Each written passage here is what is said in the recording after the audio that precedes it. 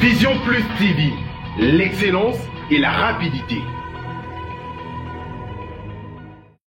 Bonjour et bienvenue, mesdames et messieurs, Bokolanda Bisso à travers le monde. C'est vrai que édition Abisso Asuka, au Toyamba Kibongo conseiller, il y a président en matière, il y a agriculture plutôt, pêche et élevage, Toloba ki Makambo Mingi, Toloba ki Pete Lelo, Torokita Awa, place Tozali Awa, Ponako Mekako Solola, Toroib Sabino Tozali Wapi, Bolimbisi moi moke, Bolimbisi vraiment na Kobanda, Moyi, Bo comprendre Bisso Soki Toroza un peu na chapeau bongo. Pour moi, ils allaient à Makasi mingi vraiment. Bosonga biso ya comprendre biso vraiment bolim bisi Makasi. Awa tozali wapi tozali na place moko oyo ba congolais ba comprendre que ko lia to makambo ko vivre na mokili ezali kaka na ko sala commerce te o ezali ba commerce o ya mapa ya mbongo ya reste non ezali ko lier sa bato ezali pe na pêche agriculture na élevage. Awa tozali wapi tozali na commune ya Ntsele na quartier Kinkole. Kinkole oyo ebanaki bongo kala na place oyo ezaki site moko ya pêche awa tozali vraiment na ba ingénieur ebele tozali pe na conseiller à président de la République oyo ça la descente pe également royeb sabiso pona nini ayeko ça la descente pourquoi azali awa mais toi en direct nous sommes en direct de Kinkole. Mesdames et messieurs, bonjour, bonjour, bon dimanche. Loin de la jalousie, loin de la haine, loin du tribalisme, loin des discours haineux, loin de personnes qui pensent que il faut insulter les autres. Ici, nous parlons de développement. Alors, vous allez vraiment voir vous-même, paysage très magnifique, formidable. Nous sommes ici à Kinkole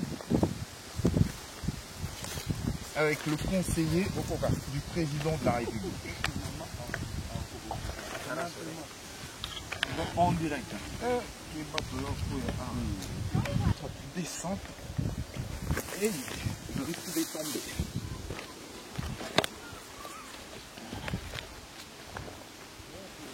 Descendez doucement.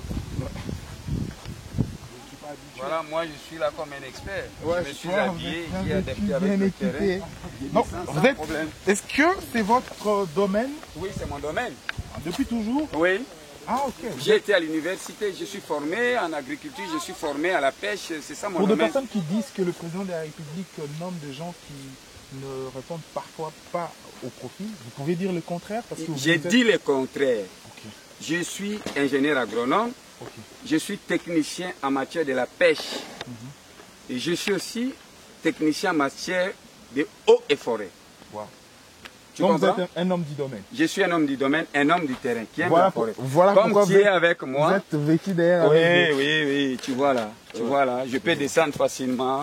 Donc je ne peux pas tomber. Toi tu glisses, mais moi je glisse. Bien sûr, vous êtes très à l'aise. Oui, je suis très à l'aise. Avec mon cache-poussière et mon pantalon jean à l'anglo-saxon, je suis à l'aise. Ok, nous allons vraiment découvrir beaucoup de choses aujourd'hui. Nous sommes dans le quartier Kinkole. Ingénieur, tu es où? Tu vas être avec moi.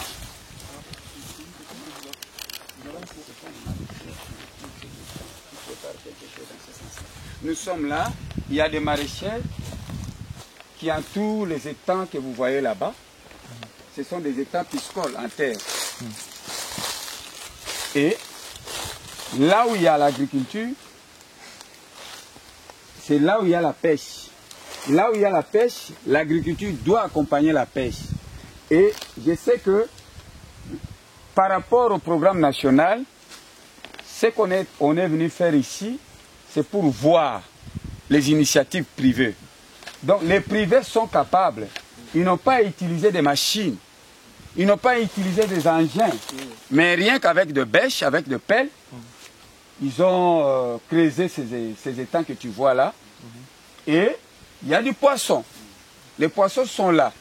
Mais leur capacité de production est insuffisante. Pourquoi ils ne sont pas équipés? Pourquoi les poissons ne sont pas bien nourris, faute d'aliments? Donc, pour nous, avec la vision du chef de l'État, si nous descendons sur le terrain, ça c'est un échantillon. Et c'est un peu... Ça c'est le lit qu'on appelle le poule malébo. Papa, là on ne pouvait pas, mon frère, là on ne pouvait pas avoir des maisons. Ici on ne peut pas avoir des maisons. C'est le lit qui doit nous servir des étapes piscicoles pour l'exploitation de la pêche artisanale. Là on a construit la cité du fleuve. Tu peux aller de la cité du fleuve jusqu'à Ngamanjo. C'est le poule Malébo. Et les poules Malébo, dans l'initiative, je respecte bien nos pères fondateurs, ils ont réservé ces espaces. C'est pour le futur. Et aujourd'hui, nous sommes rattrapés par l'histoire. Le futur, aujourd'hui, doit parler. Nous devons revenir à l'esprit de nos pères fondateurs, que je respecte bien au Noko, pour que cet espace de poule Malébo doit nous servir des cultures maraîchères, doit nous servir de la pisciculture pour nourrir la ville-province de Kinshasa. Parce que vous voyez là-bas, si vous terminez les lits, c'est le fleuve. Et le fleuve, on ne pêche pas à toute saison. Parce que conformément aux lois, il faut respecter les normes. C'est-à-dire, il y a des moments où on peut arrêter la pêche. Il y a des moments où on peut libéraliser la pêche. Mais avec les états piscicoles, nous avons en permanence.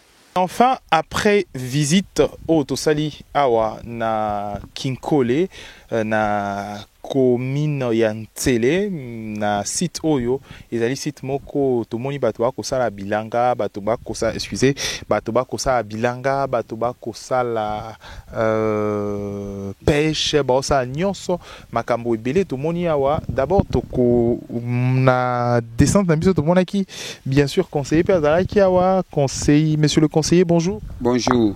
D'abord descente na yo ya terrain awa na place au bato bakosala pêche bakosala pe élevage na bango awa ezali d'abord motivé na nini? Ndeko journaliste, descente nange ezali motivé na likambo moko. Tosololaki na yo na émission oyo ya liboso ya Yambo nalobaki ete toza siko na deux campagnes ya riposte parce qu'il y a deux pandémies oyo eye ko envahir la République démocratique du Congo. Première pandémie, ese kota ezalaka na bandako na biso, ezalaka na bakitunga na biso, ezalaka na mesa na biso. O ba bengi yango pandémie ya crise alimentaire. Et puis pandémie oyo koya ba bengi yango pandémie ya coronavirus. Biso to sosoi to lobite. Loko la pandémie wana ya coronavirus yeye to moni mobilisation ya gouvernement congolais atie ba moyen nyonso po ete eloko ezali momentané pe na ebiete na nzebio ezali na Congo na mosala ministre gouvernement azali ko sala to ko bengana pandémie wana ekolongba coronavirus azokende ne kalate mais pandémie oyo ekota mboka oyo elongbaka te oyo lelo ebomi bato koleka même pandémie ya coronavirus ezali pandémie oyo ya crise alimentaire oyo ezali ko causer kozanga bilei ezali ko pesa nini tango mutaza ko lia te défense immunitaire na ye ezali réduit maladie nyonso ezali accessible. Lelo biso tozali komona ba mibange tokoli na mboko ya Kinshasa ata na Kinkola okotambola okomona lisumo bangete tozali kokufa noki pona nini bilei bizangi plus de 3 décennies na mesa ya congolais na sani ya congolais. Alors descente na biso tolingi siko to prouver que ezalinde manque ya volonté ya ngai congolais o tolingi nzala ezala na mboka parce que tozana makoki nyonso makoki ezalaka to bomi yango. Alors tolingi to lakisa na bato ete awa na kati ya Congo mokonzi ya mboka alobaki na biso likambo moko alobi alingi to bundisa to koma sikoyo na moto balobi na yeke vengeur ya sous-sol. Po sous-sol nde mutu azalaki en vogue. Minere nde mutu azalaki spécial na Congo. Papa webi ba wewa ba ya. Nazali ko saluer bango nyonso bandeko na nga baluba baza bato mayele. Po na tango nzale koti ba ko sala nini. Coup de chapeau. Mais bazalaki bateau bazalaki ko bika na sous-sol. Sol ezalaki négligé. Sol o ezalaki valeur ya économie en mboka. Négligé, abandonné. Soko kei longba kinkole te koma na Kinshasa okokuta bandeko bao ya ngai. Moi je suis de la province de l'Équateur. O tozala ko envier te mutago ya goya na Kinshasa ya kolukani. Po ya kotambola na pousse. Po atambola banda ko kumbaka ba matiti o ezali ko boma bango. Alors que kuna agriculture nde ezalaki eloko epesaki bango bomoi. Tolobi te. Motema mabe ya biso. To négliger agriculture. To négliger pêche. Siko yango tolobi te. Nga en tant que conseiller po awa liboso nazalaki comme expert. Mais naye le la conseiller à chef de l'État. Oui, le roi conseiller chef de l'État et ça lit bien. Mais tout les mais tout le coup hein. Bongama vraiment serait mon cas bien. Nazali. Alors, vous avez le roi conseiller à président de la République. Président de la République à l'obi bongo, il faut m'abélé nabiso ezo arrivant sur mabélé oh mabélé c'est ma casse koleka sous-sol nabiso.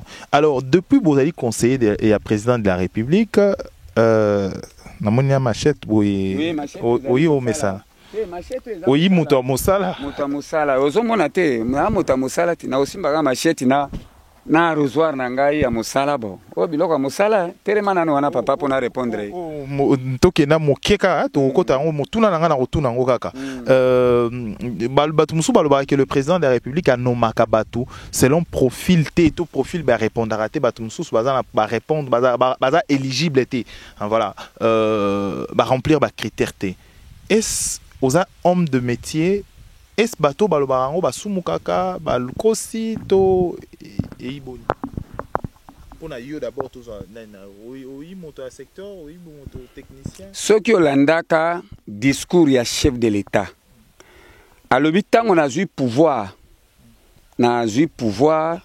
pona ko kamba ba congolais nyos alobaki même likambo moko na kanga ngona mutu nanga alobi même na kati ya bandeko yo o bazali ko sepela na pouvoir o biso to zuite kasi soki to moni kati na ye expertise ezali to ko benda yango to ko yamba yango pona ko servir mboka n'est-ce pas? Comment un cabinet du chef de l'État est à la composer na ba inexpert? Est-ce que tu peux comprendre ça? Je suis l'homme de métier. Okay. Donc le président a nommé quelqu'un qui est l'homme qu'il faut à la place qu'il faut. Un technicien. Oui, motomisala. Nazali motomisala wana ya bilanga mosala ya koloba mbisi. Okay. Alors wana ezali ka motuna ya moke poto longola pe makamu mingi o bato balobaka lobaka et voilà il fallait tout éclairer en OP. Donc voilà. Alors aujourd'hui monsieur Jean-Simon Lokango, je rappelle que vous allez conseiller à président, oyé vraiment le roi conseiller à président, je crois que oyé mon bimba. Et là, ni président lobby que mabélé nabiso, il faut arriver sur mabélé assez nabiso. Et là, on depuis boza ba conseiller, il y a président. Bosali nini na discours il y a président de la République pour vous faire vivre en haut. Et tu as le roi slogan kakate, otoyo kaka kala 5 chantiers, Bukangalonzo et les restes. Nakoyiko kitsama ya miso. Tunanga pona nini? To sali mosala monene. Ngai conseiller chef de l'État. Mosala nange zali nini? Nga nazali ko au moins ndenge na ye aw. Na yende pona kanisa. Po conseiller chef de l'État ko pesa nga makanisité. Ngande moto nazali ko kanisa nesika chef de l'État. Yesi kwa zuma kanisi mo ya ngai. Po Objectif ya gouvernement nyonso ezali pona ko assurer bien-être de sa population. Siko chef de l'État lokola zui e bonga wana. Ya yena vision ya kosala vengeance ya sol et pas ya sous-sol. Ngai conseiller na ye. Dès le premier jour nazalaki nommé le 7 mars 2019. Nalobi oui. Pe na kati ya collège nanga. Nazali kokambama na conseiller principal qui est un homme du terrain comme moi. Oya sali ba projet belé na mboko. Oya zalaki na bazamba parce que papa ngana mutu a biroté. Au moins na ye awa yo wano ye propre. Yo comment ça au moins ndenge na surprendre yo. Conseiller spécial azali l'homme du terrain et qui travaille dans la transparence na kati ya collège na ye. Asala kalikambo te sans qu'il associé ba pour azali conseiller monarque, conseiller principal monarque te. Abengi sibiso lobito sala nini. Discours à chef de l'État yango. Nous avons élaboré des projets na ye pour azali ko orienter to za likambo boy. Qu'est-ce que loko ni toko sala pona ko relever économie ya mboka? Biso lokola bai kalaka ya mokonzi. To lambi mayele maima biso. To pesi na mokonzi. Biso to pesi na mokonzi. Ezali na ba projet soko bimisi yango awa depuis biso to bandaki. Parce que na kati administration to longoli même culture wana ya ko auditer même chaque moto.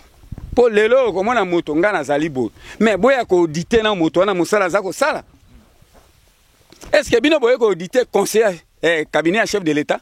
Est-ce que bino boye ko auditer collège nangai auto produire misala o esengela qui était président de la République na suki wana zelanga ba congolais ba kolia te pêche te yo kangai yo kangai papa to ya production faible ba ko bimangai na ye apona ko sala opposition na cabinet na lobi na onga na suki na mikanda conseiller principal to sali musala oyo to pesi président de la République. Parce que zali biso kuna to zali na hiérarchie te. To sali musala ya biso to pesi pona ekomana exécutif. Ezali kamunanga te. Excusez-moi. Nazali ko sala opposition awa te. Mais nazali ko lakisa ete misala nyoso biso to sali. Une année après Congolais kokaki lisuko importé te. Tozana ba preuve. Peto sengi. Na kati ya mosala biso tozali ko sala. Na kati ya collège ya biso. Oye kambami na un conseiller, un visionnaire, un homme du terrain. Parce que so zana mokonzi, oya malamu il faut sepela na ye. Bongo misalo ngana za ko sala nazo tambola bo pona ni. Ezali ba réflexion ngana ye. Oye ko lukanga na ndako ler ni. Pona kita ao. Na kena nuko zwa et pas kolé à mes panaye. Parce que tolingi siko gouvernement à comprendre que l'air est grave. Congolais azali ko lia te. Alors, azwa mayele nyonso biso to tie na disposition na ye et vandi kuna na kati ya cabinet chef de l'État atia ngona mosala congolais alia. Alors, l'heure est grave au lobby Ango, aux alliés conseillers à président de la République, au lobby Kibongo, l'autre fois, en tant qu'expert aux Ouakio, au lobby qui est au Kendemale, mais la crise alimentaire. Après crise sanitaire, au Tozanango, au Kendena crise alimentaire. Tozonga mo kekaka, to pona batumso, balanda ebisote peut-être, balanda ebisote édition, oyo. Selon vous, et le konini, ezo memayo na kwa conviction que to kende vers crise alimentaire. Na habité yo zaka na Uganda. Ozaka na Uganda. Ozaka na Uganda toza na kati ya RDC. Mituna na ba miyano yayo. Nalo oui. Po soko zaki bongo ulinga ko tuna nga mutuna nate. Tozali ko kende to si to komi. To sili to komi na kati ya crise alimentaire. Ndeko na ngai congolais. Est-ce que ezali likambo naza ko yebisa oto ezali likambo po tika na français na crise alimentaire to si to koti na nzala congolais alia kalisusu te chef de l'État a pesi vision alobi to bundisa nzala to tika nanu makambo ya se ya mabele to zwa likolo ya mabele. Mais ezali tout simplement mauvaise volonté à yo congolais. Excusez-moi, nazali ko s'attaquer na ba institution ya mboka te, mais nazali ko zonga yo moko congolais ka kolingi congolais aliate. Naboni ndengini. L'État mutasa ramakamonion so structure. Oui. La structuration c'est l'État. Chef de l'État abwaki vision na ye. Ngai na yo nana kelaka mibeko ya mboka. Avec quel moyen d'accompagnement? Moyen d'accompagnement ezalaki c'est la loi financière. Oye kokai ko pesa misolo ebele koleka na secteur ya agriculture na secteur ya pêche. Bato wana baza ba Ougandais, bato wana baza ba Angolais. Ce sont les Congolais qui vivent la réalité. Nazali ko finga bangote. Ce sont nos élus. Parce que biso tozali wana, biso toza tête qui résonne à la place du chef. Chef a pesi vision, biso tolobi vision na to sala yango boye. Moto azali législateur. Ou azali censé parce que c'est les législateurs. Ou azali censé à kozwa. O yazali représentant ya peuple. Molobeli ya peuple. Est-ce que vision chef de l'État ayaki na yango eza mabe? Pona to balola, to tika nano makambo etali minéré, to valoriser nano du kolo ya mabele, c'est-à-dire agriculture, pêche na élevage. Est-ce que ndenge toye na yo to koti na se? Toza likolo. C'est-à-dire nous devons valoriser ce qui est sol et non le sous-sol. Mais législateurs, ou azali congolais, il faut azonga sima. Parce que l'air est grave. Soka zongi simate. Le chef de l'État a donné la vision. Yenda Zoa Pesa, peuple congolais bilei, na kati ya loi financière. A voté un budget.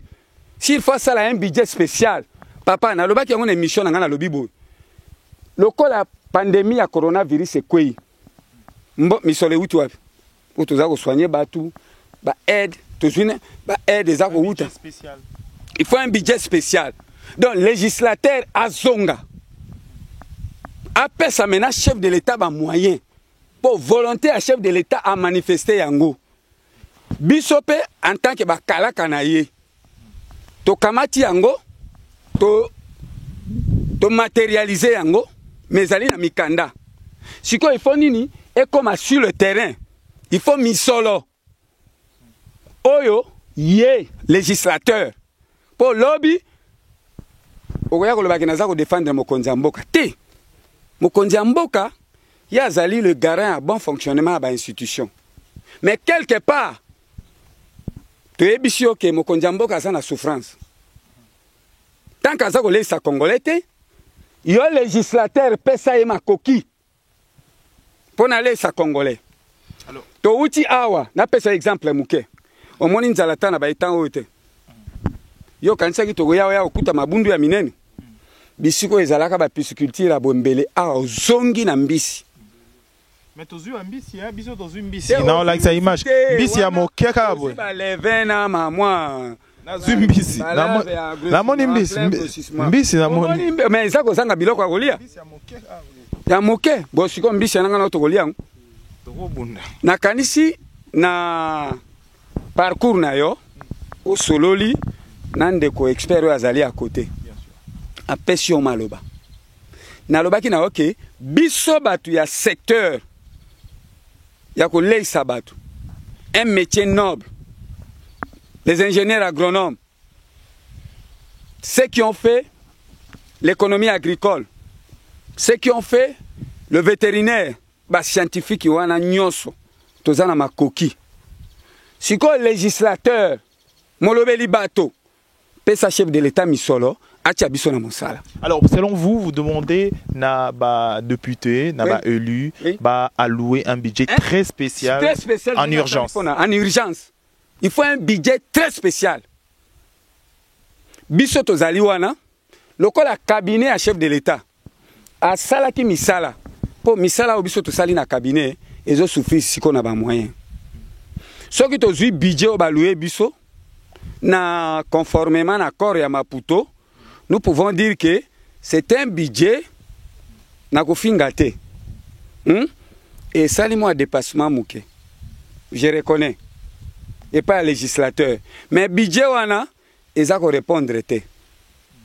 Abakisa lisusu un budget spécial.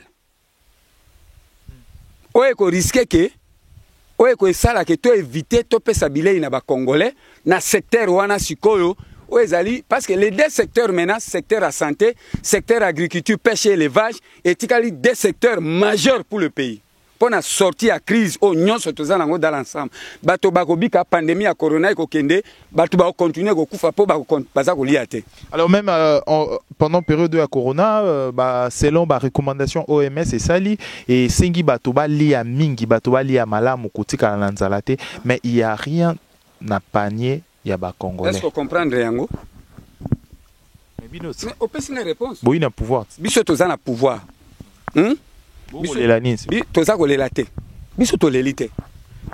Le pays marche en respectant l'autonomie à l'institution.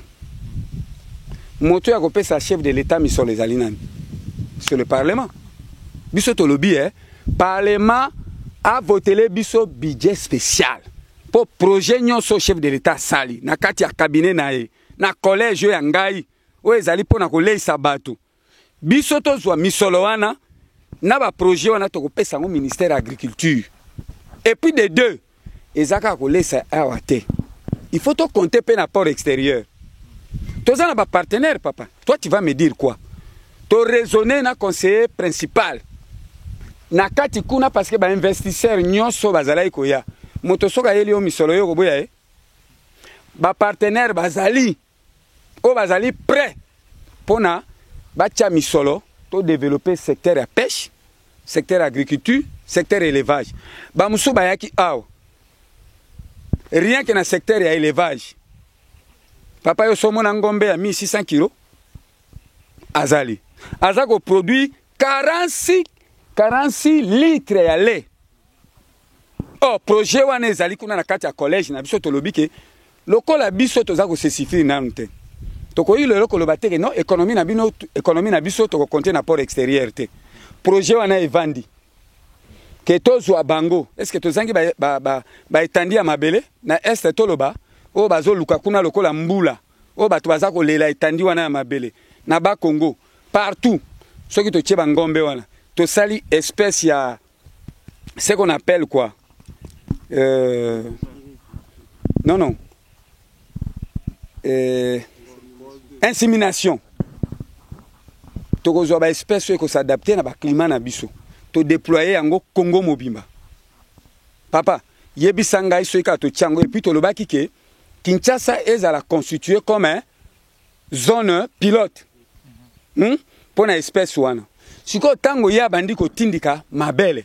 Yoko somba lisu ba kobele za ko uta na ba boîte kuna to kolia ngo o ezalia ya fresh. Yo ba projet ngo boko lobaka bo. Qu'est-ce qui manque pour la matérialisation?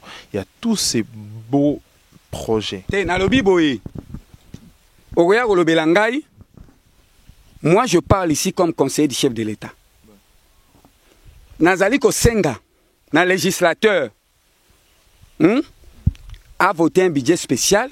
Ba projet obiso tozali na ngo oyo collège sali na domaine agriculture ezala ba apport ba investi papa ezali ka biso te akoyi ko voter mais ko suffire te il faut pe apport ya ba investisseur extérieur mais les collèges également vous avez un gouvernement qui est en place yo kanga na zakoloba il y a ministre pe ya yo pêche kanga na zakoloba je viens ezala ministre ya pêche ezala ministre ya élevage à s'approprier na musala oyo cabinet à chef de l'État a sali. Parce que ezali musala moko noble. Ezali musala oyo kozwa biso tamulaite. Ceux qui ba ministre ba s'approprier, ils doivent collaborer heureusement tozala kozela loi oyo ezali ko permettre fonctionnement, collaboration ya biso na ba membre ya gouvernement pour biso tozali exécutifité. Biso ndenge tozali wana en tant que conseiller du chef de l'État, ngai nde nazali ko kanisa.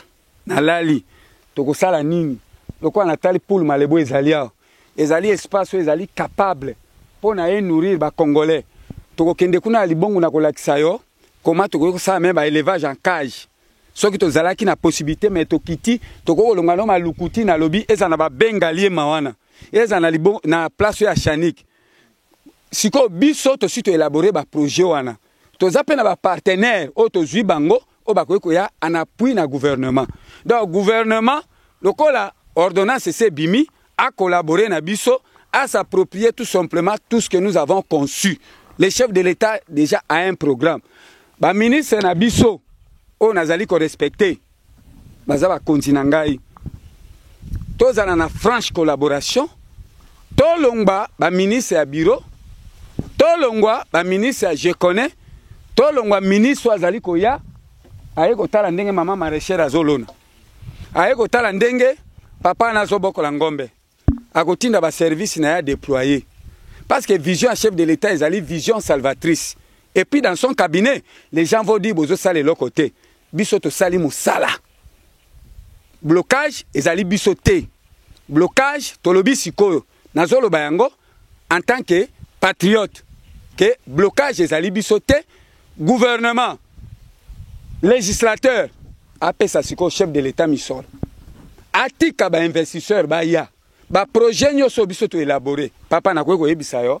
To bandi cabinet, to zui ba partenaire puissant. Même ndeko ya vandia. Ba musu ya pêche bazo zela biso. Pona baya. Baya ko tia misol. Poto ko compter ka na biso mokote. Poto pesa leo batu biloko. Gouvernement ko tia misolo bien sûr. Ah, tout ça, pour la riposte à coronavirus. Est-ce que tu as appui extérieur? Beaucoup là toujours trop de beau s'attendre toujours na batu bilo komingi ya libanda. Et taper ka badon komini. Ozali mosika. Oza mosika.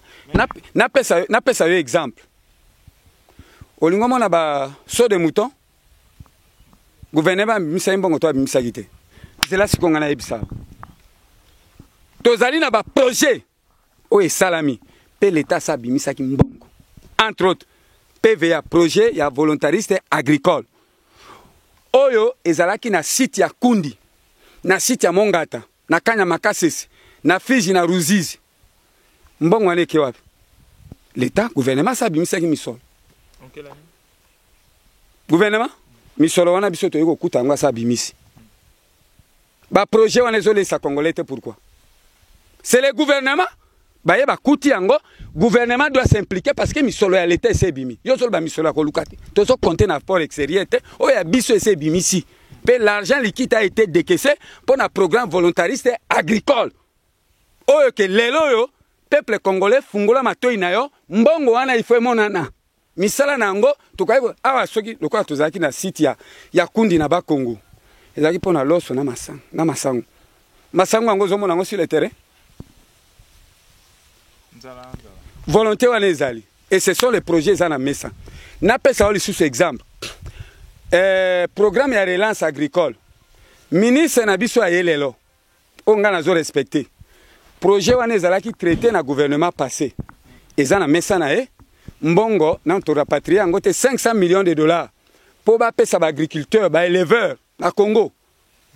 Pour la relance ya agricole, ya agriculture na élevage. Mbongo ezali d'abord apport na local ezali. Okay.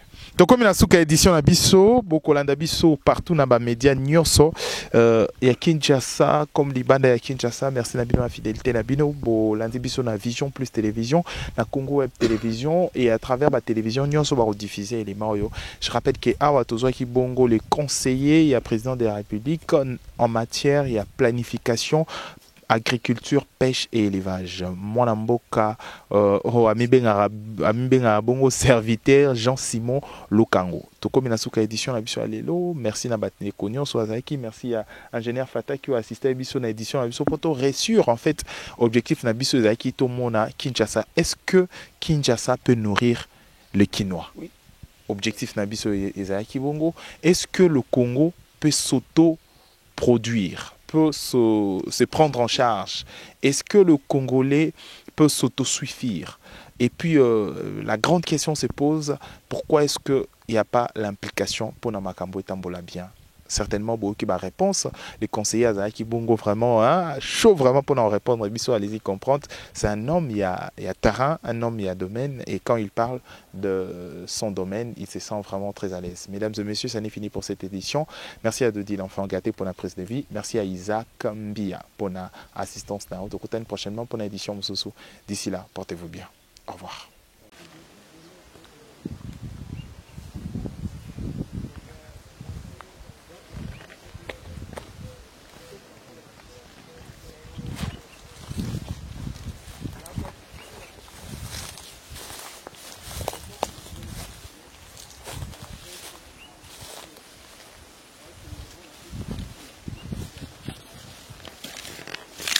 Les étangs sont là, mais qui sont dans un stade de souffrance. Ici, on peut avoir une meilleure production, mais les conditions ne permettent pas.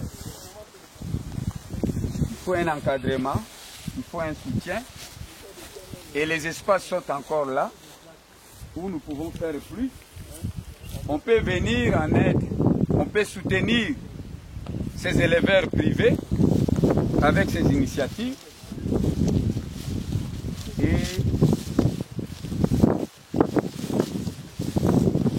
les Quinois vont oublier les Saint-Charles, parce que rien que pour le Malébo, avec la pêche artificielle, pourra nourrir toute la ville-province de Kinshasa. Donc, notre descente ici, c'est pour matérialiser la vision de son Excellence, Monsieur le Président de la République, chef de l'État. Nous voulons venger les sous-sols. Ici, on ne parle pas de sous-sol. Même la pêche, ce n'est pas les sous-sols. Nous sommes au-dessus. Parce qu'en dessous de ces étangs, il y a le sous-sol qui est là. Et le chef de l'État, avec sa vision,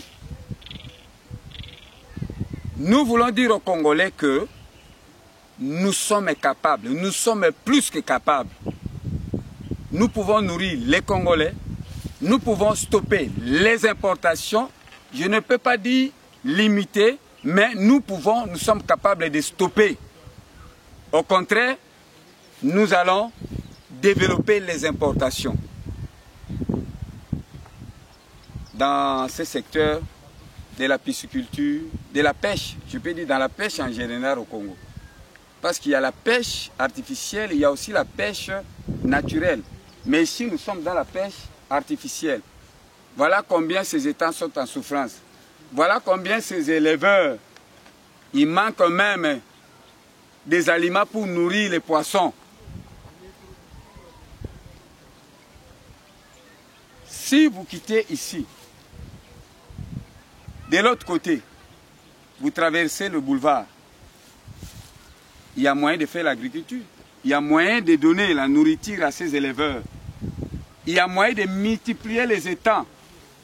Pourquoi pas mécaniser le secteur de la pêche au Congo? Et nous sommes capables. Ici, par exemple, les gens, mon ami, tu peux venir me rejoindre?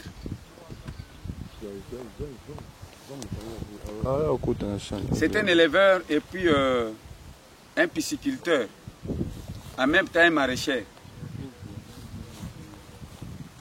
Est-ce qu'on pourra aussi visiter ce qu'ils font dans le cadre maraîcher? Viens un peu vite.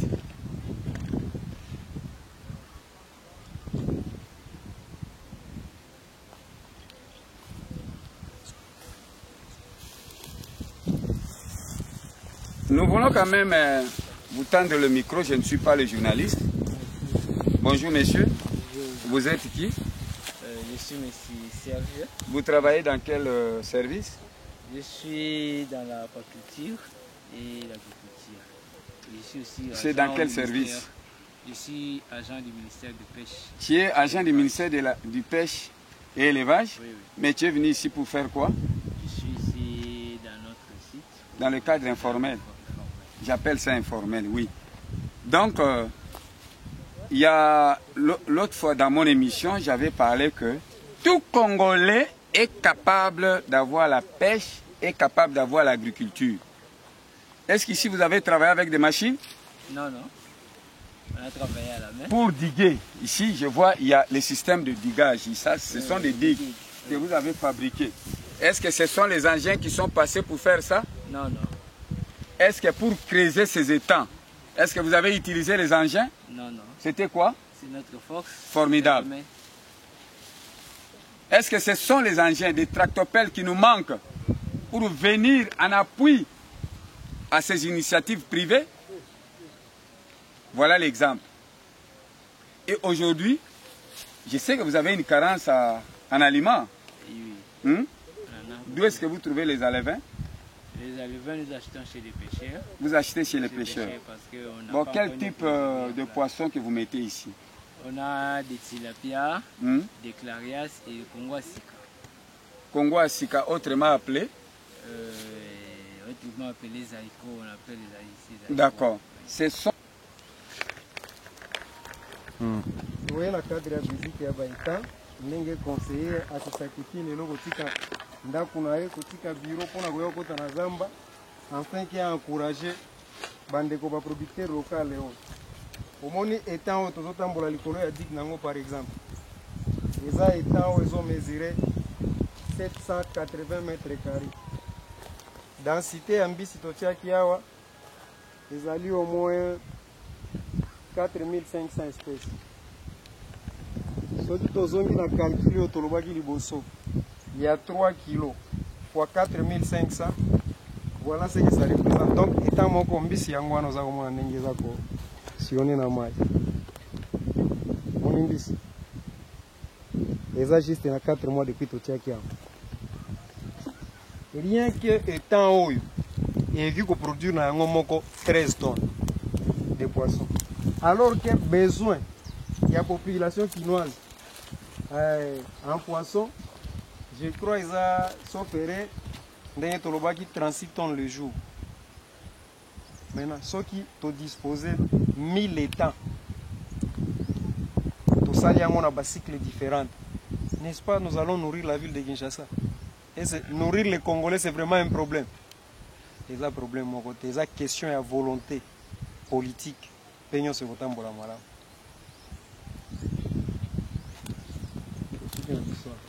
On a fait au cours de les images à cadre à gauche.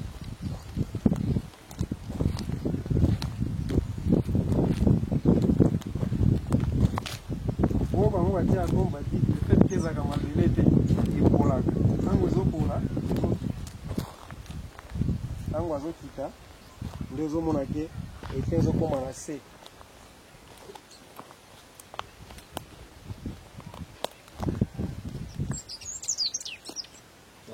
Jusque là, tous évoluer, tous les ambos nyons, ces alibosons à biso. Nyons se vous allez convertir en étang. C'est au moins 1 hectare et demi. Merci, ça va.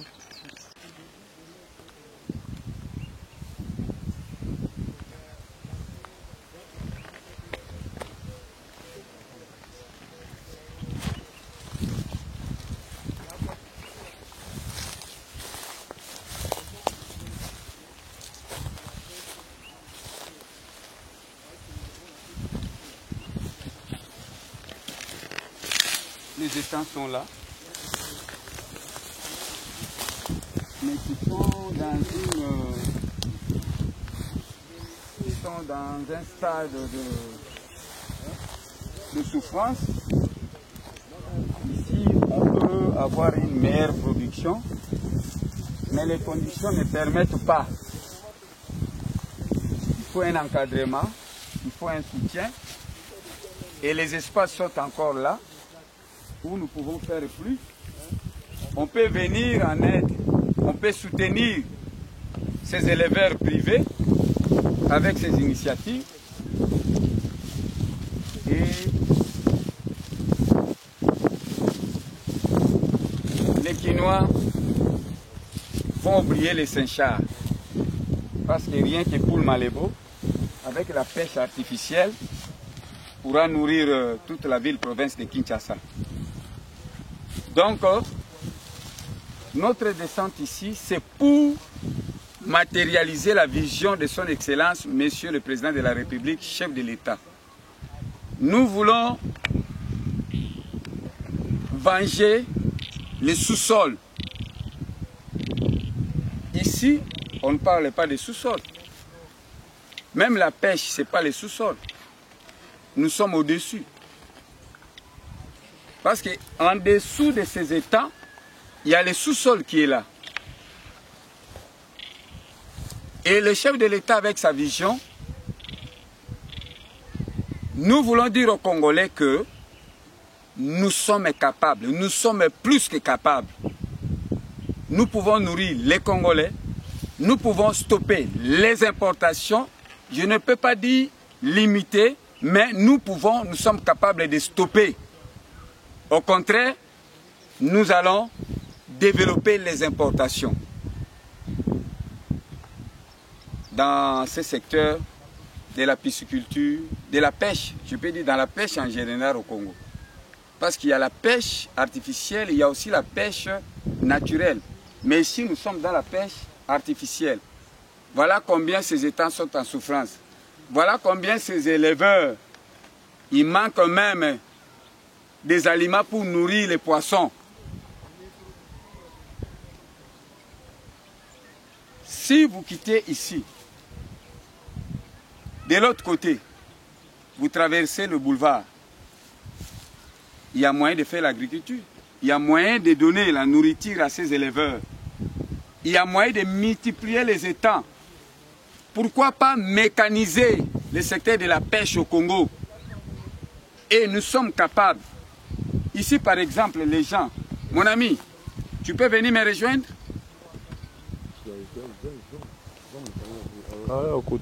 C'est un éleveur et puis un pisciculteur, en même temps un maraîcher.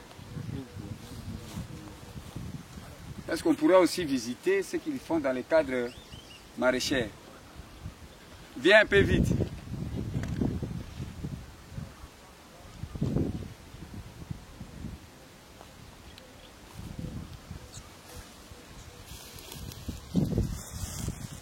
Nous voulons quand même vous tendre le micro, je ne suis pas le journaliste. Bonjour messieurs, vous êtes qui? Je suis monsieur Serge. Vous travaillez dans quel service? Je suis dans l'aquaculture et l'agriculture. Je suis aussi c'est dans quel service? Je suis agent du ministère de pêche. Tu es agent du ministère du pêche et élevage? Oui, oui. Mais tu es venu ici pour faire quoi? Je suis ici dans notre site. Dans le cadre informel. J'appelle ça informel, oui. Donc, il y a l'autre fois dans mon émission, j'avais parlé que tout Congolais est capable d'avoir la pêche, est capable d'avoir l'agriculture. Est-ce qu'ici vous avez travaillé avec des machines? Non, non. On a travaillé à la main. Pour diguer, ici je vois il y a les systèmes de digage. Ça, ce sont des digues que vous avez fabriquées. Est-ce que ce sont les engins qui sont passés pour faire ça? Non, non. Est-ce que pour creuser ces étangs, est-ce que vous avez utilisé les engins? Non, non. C'était quoi? C'est notre force. Formidable. Est-ce que ce sont les engins des tractopelles qui nous manquent pour venir en appui à ces initiatives privées? Voilà l'exemple. Et aujourd'hui, je sais que vous avez une carence en aliments. Oui. D'où est-ce que vous trouvez les alevins? Les alevins, nous achetons chez les pêcheurs. Vous achetez chez les pêcheurs. Parce que bon, quel type de poisson que vous mettez ici? On a des tilapia, des clarias et Congo Sika. Congo Sika, autrement appelé? Autrement appelé zaïko, on appelle les zaïko. D'accord. Ce sont les espèces qui sont consommées sur le marché, n'est-ce pas? Oui, oui. Est-ce que quelles sont les difficultés que vous rencontrez ici? Monsieur le journaliste, tu viens. Moi, je ne suis pas journaliste. Moi, je suis venu seulement pour faire l'observation, pour faire voir que le Congo est capable de tout. Tu lui poses des questions. C'est un éleveur. Ok. J'étais en direct parce que... Merci. Tu continues en direct. Vous avez un micro.